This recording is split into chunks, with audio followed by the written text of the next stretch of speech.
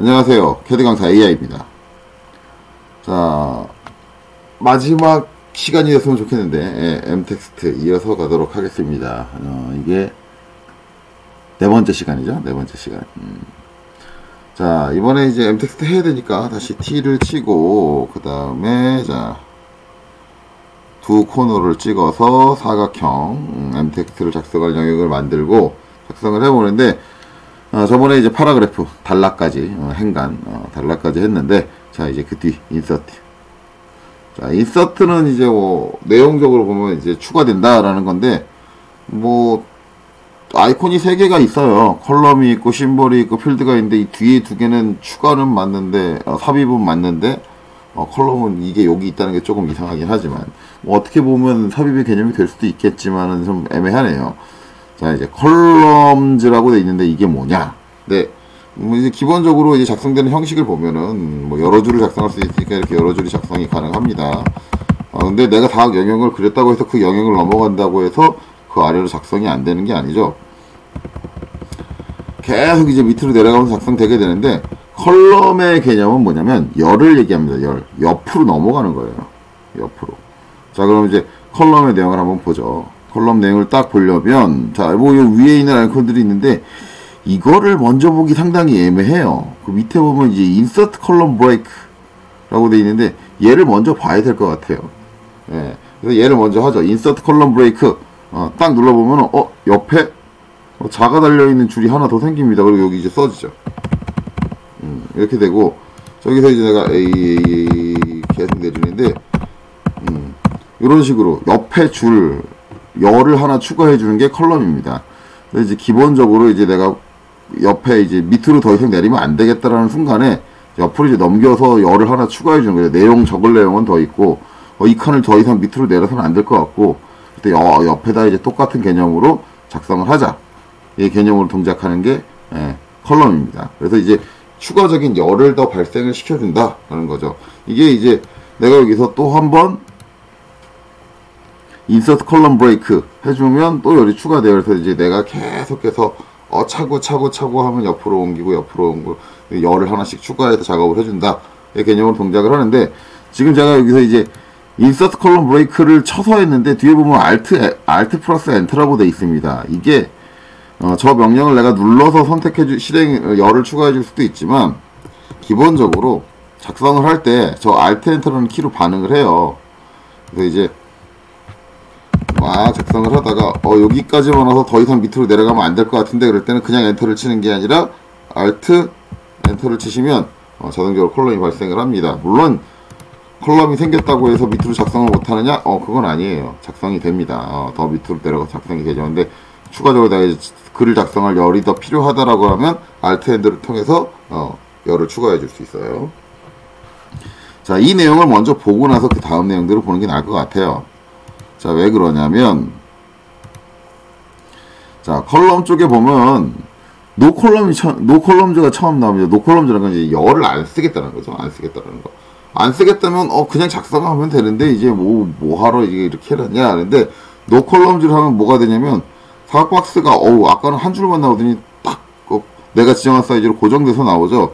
그리고 나서 이제 작성을 하면 쭉 내려가는데, 밑으로 내려가는 건 잘 내려가죠. 근데 여기서 내가 Alt 엔터를 친다고 해서 옆에 열이 발생하지 않습니다. 즉 내가 실수로라도 Alt 엔터를 쓰게 될 경우를 대비해서 컬럼 자체 추가되는 걸 막겠다는 게 노컬럼즈죠. 아예 컬럼이라는 개념을 사용하지 않겠습니다. 이 개념이 되는 겁니다. 그래서 저 컬럼이 추가된다는 내용을 알아야지 노컬럼즈가 무슨 의미를 갖는지 우리가 알 수 있겠죠. 그래서 이제 그 밑에 걸 먼저 한 거예요. 자, 다시 한번 T 하고 영역을 작성하고 보죠.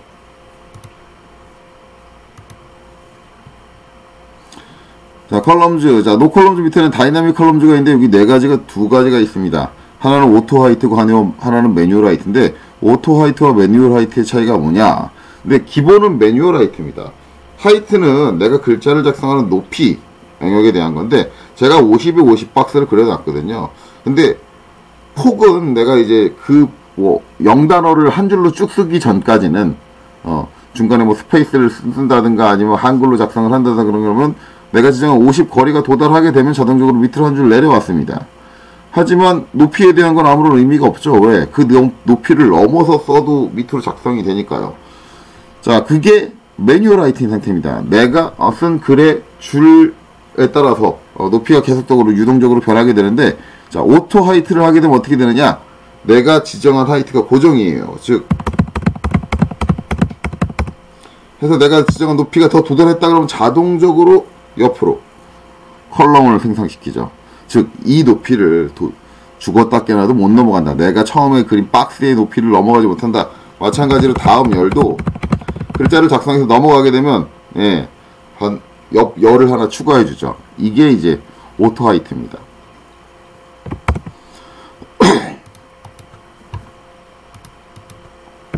자, 그리고 지금 또 봐야겠죠. T.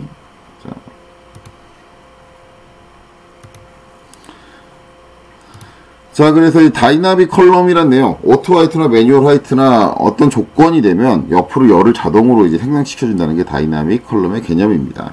그래서 이제 얘는 이제 조건이 되면은 자동적으로 열을 생성하는 거죠. 그 조건이 도달하지 않고 그게 필요 없으면 열을 생성하지 않는 건데, 기본은 이제 매뉴얼 하이트로 돼 있다. 자, 그 다음에 스태틱 컬럼입니다. 다이나믹 컬럼은 조건에 맞춰서 자동적으로 컬럼을 생성한다면, 스태틱 컬럼은 컬럼을 내가 미리 지정을 해놓고 가는 거예요. 고정적으로. 그래서 옆에 보면 숫자들이 써 있는데, 이 숫자들은 컬럼을 몇 개를 사용할 거냐. 자, 제가 5를 선택하고 작성을 해보면,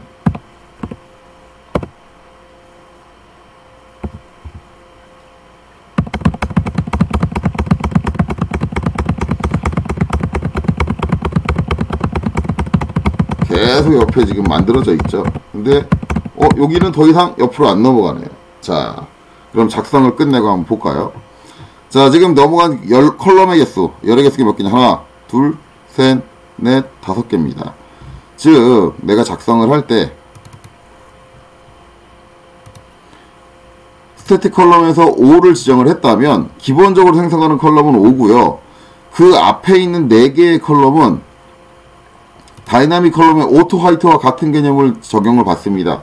즉, 칸 높이가 차게 되면 자동적으로 옆에 칸에 작성이 되게 되죠. 옆에 컬럼에 작성이 되게 되는데, 마지막 컬럼은 더 이상 컬럼이 늘어날 수가 없는 상태가 되는 거죠. 왜? 컬럼 개수를 제가 5개로 제한을 했기 때문에. 그렇기 때문에 마지막 컬럼은 계속해서 밑으로 내려가게 됩니다. 이런 게 스태틱 컬럼이죠. 컬럼의 개수를 정해놓고, 기본적인 컬럼에서는 컬럼의 높이, 디텍스트의 높이가 차면은 옆에 컬럼으로 넘어가지만, 마지막 컬럼은 더 이상 넘어갈 컬럼이 없으니까 컬럼의 개수를 늘려서는 안 되니까 밑으로 내려가게 됩니다. 이게 스태틱 컬럼이 되겠죠.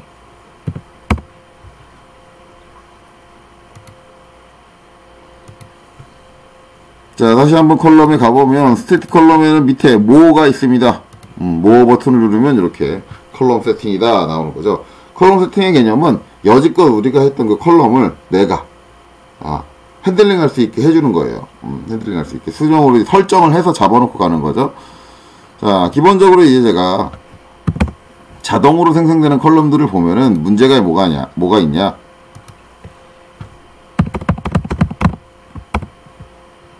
이거 잘못했네요. 여기서 컨트롤 엔터를 누르는 게 알트 엔터를 누른다는 게, 컨트롤 엔터를 누르네요. 자, 그래서 한 3개 정도 만들어 놓고 해볼까요? 작성해놓고 보면은 문제가 되는 건 뭐냐면, 컬럼 사이에 떨어진 간격 대체 얼마냐예요. 이게 내가 제어할 수 없느냐. 컬럼의 폭, 컬럼의 높이, 그런 것들을 내가 제어할 수 없느냐. 이거죠. 이거에 대해서 이제 정의되는, 저걸 디테일하게 정의할 수 있는 부분이 뭐예요, 뭐.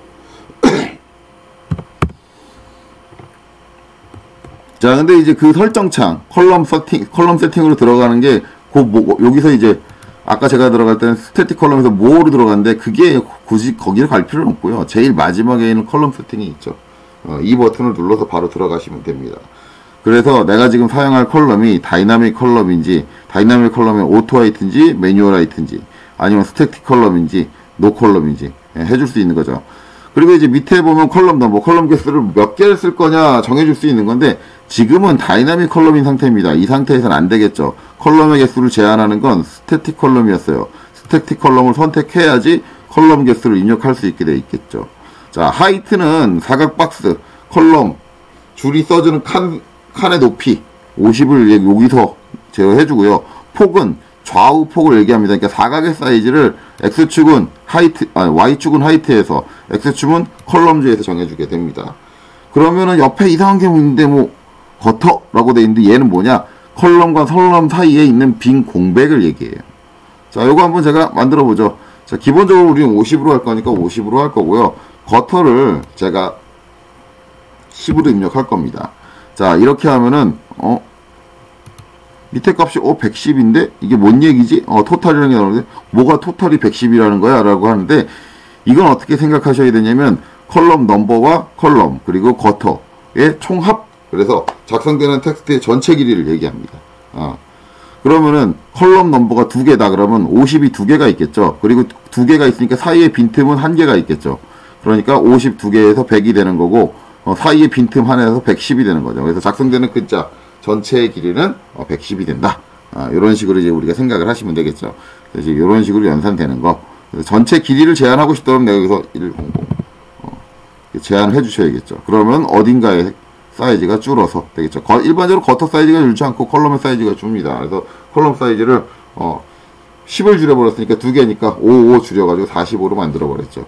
이래놓고 OK 눌러주면 이렇게 생성이 됩니다. 그래서 여기서부터 여기까지 폭이 45, 요 사이에 빈틈이 10, 여기서부터 여기까지 45. 이렇게 디테일하게 작성되는 컬럼의 형태를 내가 정의해 줄 수 있는 게 컬럼 세팅이다 라는 거죠. 자,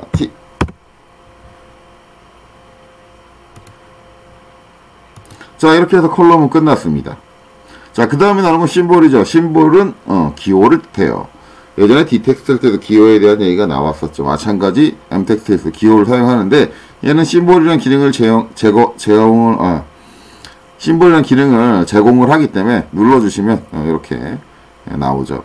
자, 디그리, 각도 표시, 프로디. 이거 예전에 우리 D텍스트 할 때 외웠었죠. 이거 외워서 쓸 수도 있고 여기서 선택해서 쓸 수 있다 라는 그런 개념이겠죠. 하지만 이제 얘는 외우기 힘든 것들, 좀 형태들이 복잡한 것들은 기본적으로 제공을 하기 때문에 여기서 이제 골라줄 수도 있습니다. 뭐 앵글 눌러주면 이렇게 각도 기호처럼 생긴 거 그림이 들어가고요. 노 이퀄 같지 않다. 이렇게 이퀄에 짝대기 들어가 있는 것도 제공을 하고요. 뭐 이런 식이 되죠. 근데 이게 이제 우리가 일반적으로 알고 있는 전에 봤던 문자표에 있었던 내용들입니다. 있었던 내용들인데 그 중에서 자주 쓰이는 것들 몇 가지가 뽑혀 나와 있는 것 뿐이에요. 자, 심볼드 들어가면 문자표를 띄우고 싶다 그러면은 이렇게 딱 눌러주시면 이렇게 우리가 일반적으로 문서 프로그램 볼 수 있는 문자표를 얘는 바로 띄울 수가 있죠. 여기서 원하는 형태의 기호를 선택을 해서 사용하는 방법은 선택을 눌러주시고 복사를 눌러주신 다음에 여기다가 컨트롤 V로 갖다 붙여 넣어주시면 돼요. 근데 저 문자표에서 잡아가지고 컨트롤 V로 이제 갖다 넣어주시면 기호가 들어가면 자동적으로 한 줄이 내려오게 됩니다. 이게 불편하면은 뭐 사용하기 좀 애매하겠죠. 또 한 가지는 기호가 삽입되긴 되는데 이게 기호들이 폰트의 특성을 타요. 어떤 폰트에서는 같은 기호가 되는 게 있고 안 되는 게 있기 때문에 가끔 가다가 물음표가 뜰 때가 있습니다. 그런 거는 주의해서 사용을 하셔야겠죠.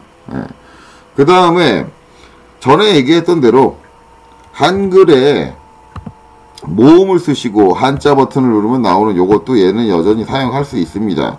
그래서 문자표를 띄우는 것보다 내가 저거 어느 정도 외우고 있다라고 한다면 차라리 외워서 쓰는 게 더 나을 수도 있어요.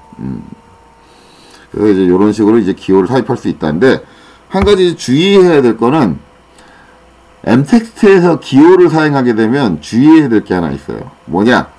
기호를 하나 삽입을 하고 제일 처음에 프로 C답 한글이 돼 있었네요. C답 그래서 파일을 삽입하고 스페이스바를 치시면 어떻게 되느냐? 넘버링이 돼.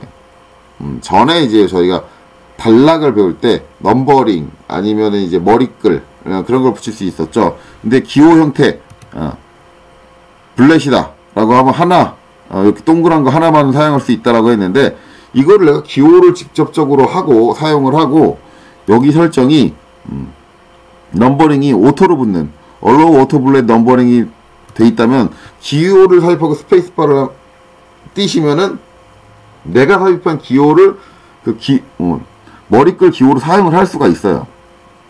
이게 오토로 돼 있다 보니까 불편한 것 뿐이죠. 오토로 돼 있다 보니까 나는 이게 기호를 여는 게 아니라 그냥 글자 작성을 하는 거 때 기호 형태로 들어가 버리니까 불편한 점이 있는데, 이때는 그 기호 오토를 끄고 하시던가 아니면 프로 C를 하고 다른 내용을 작성을 하시는 거죠.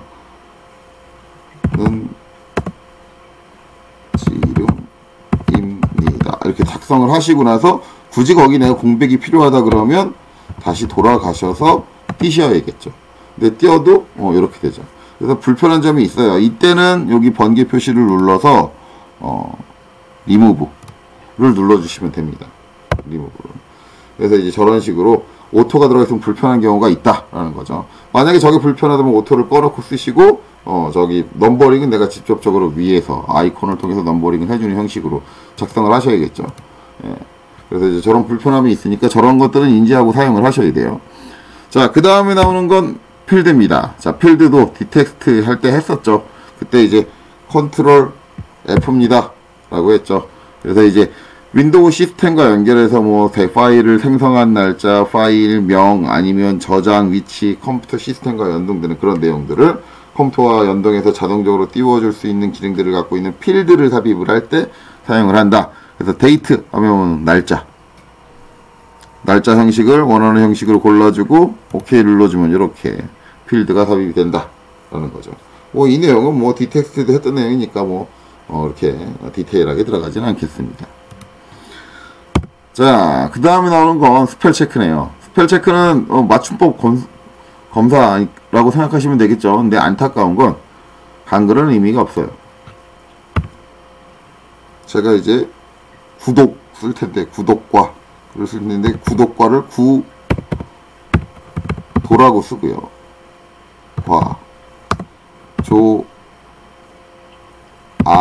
요 이렇게 맞춤법이 틀리게 썼는데 아무런 반응이 없어요.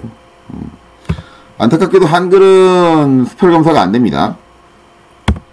자, 그럼 영문으로 한번 해볼까요? 자, 애플 A, P, L, E죠. E를 빼고 스페이스바를 띄웠더니 밑에 빨간색으로 밑줄이 갔죠. 자, 그 다음엔 로그인을 한번 쳐볼까요? L, G, IN인데 N만 쳤습니다. 그랬더니 빨간 줄이 가네요. 맞춤법상에 뭔가 문제가 있다는 거죠. 얘가 이제 맞춤법을 자동으로 고쳐주진 않습니다. 단지 맞춤법상의 애매한, 스펠상의 애매한, 영문 같은 경우는 스펠이 애매한 단어들이 들어간다 그러면 이 단어가 맞는지 확인하세요 라고 저렇게 빨간색으로 밑줄을 쳐주는 것 뿐이에요. 이게 이제 스펠 체크입니다. 그리고 이제 그 뒤에 보면은 에디트 딕셔너리라고 있죠. 딕셔너리 사전이라고 사전 편집 기능인데 얘가 해주는 건 뭐냐면 만약에 지금 내가 써놓은 단어가 잘못된 단어가 아니라 특정 부분에서 특정하게 사용되는 뭐 약어라든가 뭐 기호라든가 그런 부분이다라고 한다면 이게 일반적인 사전에는 등재가 안 되거든요. 등재가 안 돼 있다 보니까 이런 부분은 내가 사전에다 그 내용을 추가했다. 내가 앞으로 이런 형식으로 쓰는 건 잘못된 게 아니야 라고 해서 여기다가 내가 그 단어 뭐 A, P, L 치고 나서 add를 해주시면 이제 앞으로는 그런 애들은 이제 잘못되지 않은 걸로 보겠다라는 거겠죠. 그래서 이제 기존 사전에 이제 특별히 추가가 안 돼 있는 내용들을 내가 추가할 때 사용을 합니다. 이런 내용이고 이제 사전 같은 경우는 여러 가지를 고를 수 있긴 해요. 아메리칸 잉글리시 아니면 브리티시 영국식 잉글리시냐 영어냐 아니면 캐나디안 잉글리시냐 그리고 뭐 여기 쭉 있는데 안타깝게도 여기에 우리나라 한국어는 없어요. 그래서 한국어는 안 되는 거죠. 러시아는 있고 그나마 조금 마음에 드는 건 한국어만 없는 게 아니라 한국어 없어도 항상 일본어는 있었는데 일본어도 없다. 마음에 드네요. 우리만 차별하는 것 같지 않아서 그런 점은 마음에 듭니다. 거의 대부분 좀 CAD에서 사전 기능을 지원하는 건 영어권이 아는 나라의 언어들은 지원을 못하는 것 같아요. 그쪽에 대한 개발이 좀 이제 부실한 것 같습니다. 그래서 거의 이제 알파벳 로마자를 사용하는 언어 체계는 다르지만 로마자를 사용하는 언어 체계들은 거의 다 지원을 해주는 것 같고요. 그렇지 못한 경우는 이제 지원을 못한다 그런 것 같죠. 그래서 이게 사전에 이제 내용을 이제 뭐 사전 종류를 바꿔준다든가 사전에다 이제 내가 원하는 단어를 추가해준다든가 그런 기능들을 쓸 수 있습니다. 자, 스펠 체크 밑에 이제 요 아이콘인데 딱 눌러주면 이제 체킹 스펠 세팅이다. 그래서 어떤 식으로 이제 체크해 줄 거냐. 근데 뭐 몇 가지가 있어요. 뭐 넘버 숫자는 제외하겠다. 뭐 워드 컨텐츠 프로덕트 뭐 이렇게 해서 제외하겠다는데 이거는 뭐 자기 입맛에 맞게 세팅하시면 되겠죠. 뭐 이게 중요한 내용은 아니고 뭐 어차피 한글은 스펠 체크가 안 되기 때문에 예. 이거를 뭐 핵심적으로 다룰 필요는 없을 것 같아요. 이렇게 설정할 수도 있다. 어떤 식으로 이제 어떤 항목들을 제외시켜주고 뭐 어떤 항목들을 검사하고 뭐 이렇다. 어차피 뭐 한글은 안 되는데요. 자, 그 다음에 이제 find and replace. 이거는 뭐 거의 대부분의 프로그램들이 공통적으로 갖고 있는 거고요. 꼭 여기 들어와서 해야 되는 것도 아니고요. 예. 기본적으로 이제 컨트롤 F로 컨트롤 F가 아니라 이제 우리 검색하는 거, 그 단어 검색하는 거 하고요. 그 다음에 이제 그 단어를 다른 단어로 체인지 해주는 기능인데, 자, 여기서 이제 find 딱 눌러서 여기 있는 말 중에 이제 구도를 찾아보죠. 구도를 찾겠다. replace with라는 거는 이제 이 구도를 찾으면은 얘를 다른 단어로 바꾸겠다. 구독으로 바꾸겠다. 라고 한다면 find next 해주면 찾아주죠. 그리고 replace 눌러주면 바꿔주죠.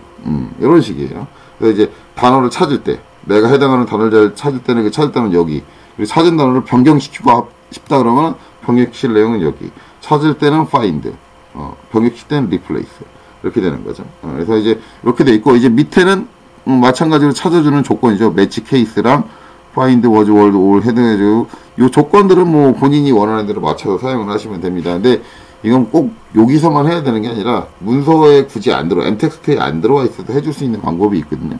이렇게 뭐 중요하진 않아요. 어쨌든 뭐 내가 원하는 단어를 찾아서 조아를 찾아서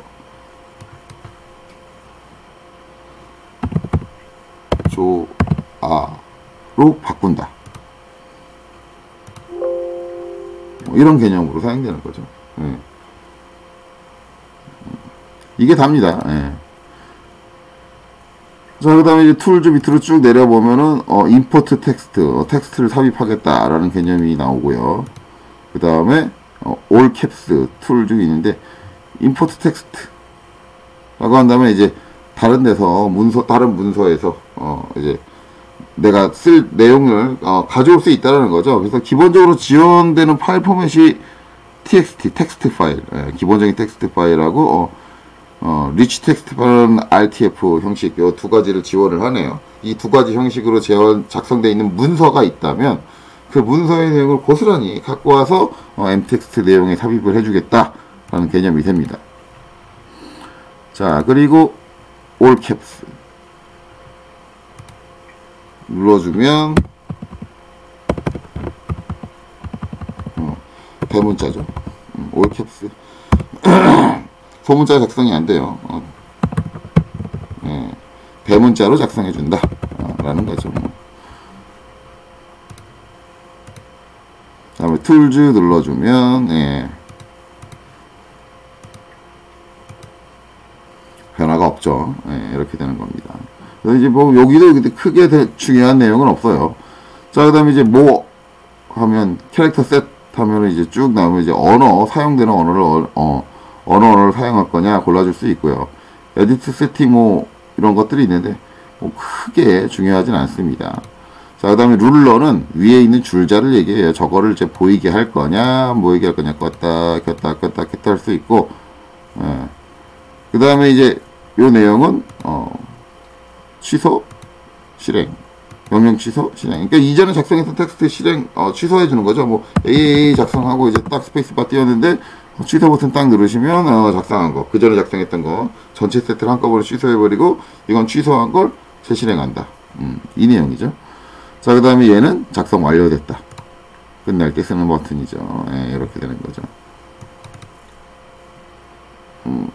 그리고 이제 셀렉트 모드는 뭐 이거는 m텍스트의 옵션이 아니에요. 예, m텍스트의 옵션이 아니기 때문에 여기서 다루지 않겠습니다. 왜냐하면 여기도 나와요. 선택 모드를 이제 어떤 식으로 할 거냐, 예, 그런 건데 그건 중요하지 않겠죠. 그래서 이제 이렇게 해서 이제 m텍스트에서 사용 가능한 모든 옵션을 한번 봤습니다. 뭐 이게 이제 문서 작성하는 프로그램이 아니다 보니까 이 M텍스트의 옵션들의 내용들이 이렇게 중요하지 않을 수는 있어요. 알 수 있으니까 만약에 이제 나는 그냥 M텍스트로 그냥 간단하게 캐드 작성할 때 주소 몇 갈 몇 줄 쓸 거다 라고 한다면 이 기능들을 모두 다 정확하게 알고 계셔야 되는 건 아닙니다. 솔직히 말하면 저도 이 강좌를 하기 전에는 이 기능의 일부만 알고 있었지 거의 대부분은 정확하게 저도 모르고 있었어요. 강좌를 해야 되다 보니까 저도 추가적으로 공부한 부분들이 있고요. 그래서 이 강좌 보실 때는 필요한 부분만 자세히 보시고요. 이 부분들은 난 필요 없어 라고 하신 분들은 뭐 대충 넘기셔도 됩니다. 자, 이렇게 해서 M텍스트 강좌를 끝내겠습니다. 끝내고 다음 강좌에는 텍스트 수정에 대해서 다뤄보도록 하죠. 이제 작성까지 다뤘으니까 수정에 대해서 다뤄보도록 하겠습니다. 그래서 다음 강좌에서 뵙겠습니다. 수고하셨습니다.